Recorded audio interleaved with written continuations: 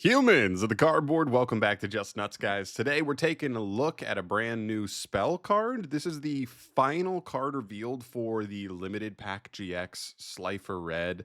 It's just one of these it's this little side pack that had like 10 kind of imported cards from Yu-Gi-Oh! GX's anime. So this is where like the Conduction Warrior was, Maiden in Love, the two Archfiend like ritual cards were, and a couple other interesting ones. I guess Chaos Distill was interesting, and so was Heroes Rule 1, 5 Freedoms. So cool stuff. This is the final card. Now I'll give it a quick read before we went into it. It is interesting. This card definitely is also kind of spicy here. So let's get into it. This is Illusion Gate. It's a normal spell card. You can only apply the effect of this card's name once per duel. That's one of the tricky parts on this card, but that means it's got to be pretty strong, right? This card reads, pay half your life points as cost. Destroy as many monsters your opponent controls as possible. Then you can special summon one monster from their graveyard to your field, ignoring its summoning conditions. There you go. I mean, it's not that crazy of a card in terms of trying to understand it. It's pretty straightforward. I mean, it's kind of new form Raigeki.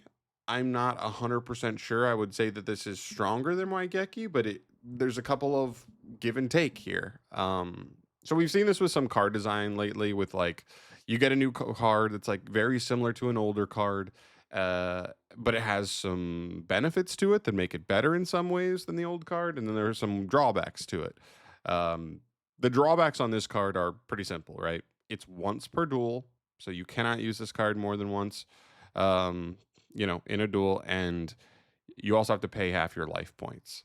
Whereas a card like Raigeki, which is obviously the easiest comparison on this card, you don't have any real cost. It just says destroy all monsters your opponent controls, plain and simple. The benefit of this card is that not only are you trying to destroy all monsters they control, but once you do, you can special summon any monster from their graveyard over to your field. So if you are wiping some sort of interruptive removal, big body boss monster from their field, you can just take it.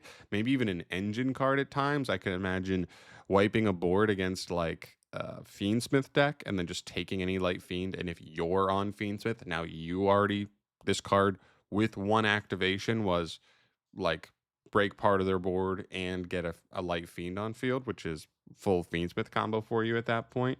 So I it's interesting. I could see a world where somebody plays this card. Like if you're already on Raigeki in your side deck or whatever, is there a world where if you were ever looking at 3 Raigeki in the side that you just change it going forward to like 2 Raigeki, 1 of this card, or even just 2 copies of this card? Even if you're that ballsy, I know it's once per duel, but like if this card when it resolves, in your opinion, is that much stronger than Raigeki, could you play all 3 of this?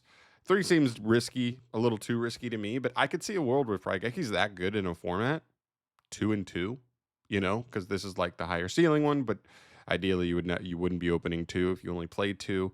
At least the chance is so low. I think this card's interesting. This is probably like a staple I'll probably just pick up when it finally gets imported to the TCG. Keep it in the binder because when a card like Raigeki is good, I'll probably want to play 1 or 2 of this alongside it because the ceiling is just a little bit higher.